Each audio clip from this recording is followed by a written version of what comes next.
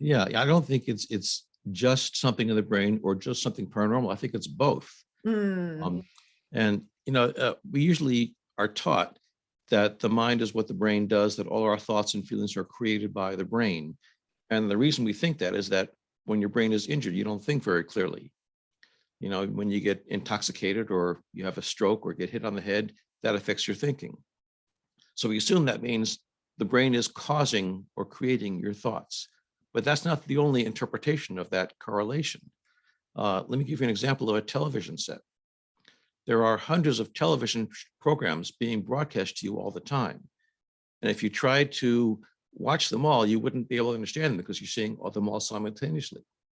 So we have a television set which receives the shows from outside and filters out all those except the one you want to watch. And it translates those into visions and sounds so you can hear them. Mhm. So we see that the television seems to be creating the TV show.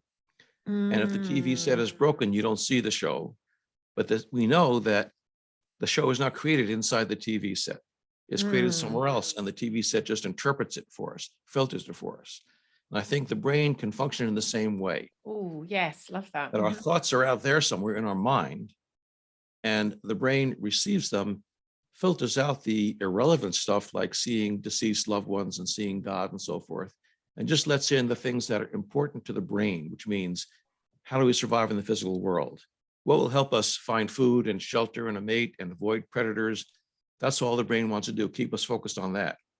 So when you have something like a near-death experience and the brain starts shutting down, what gets shut down is the filtering out of all the quote irrelevant stuff.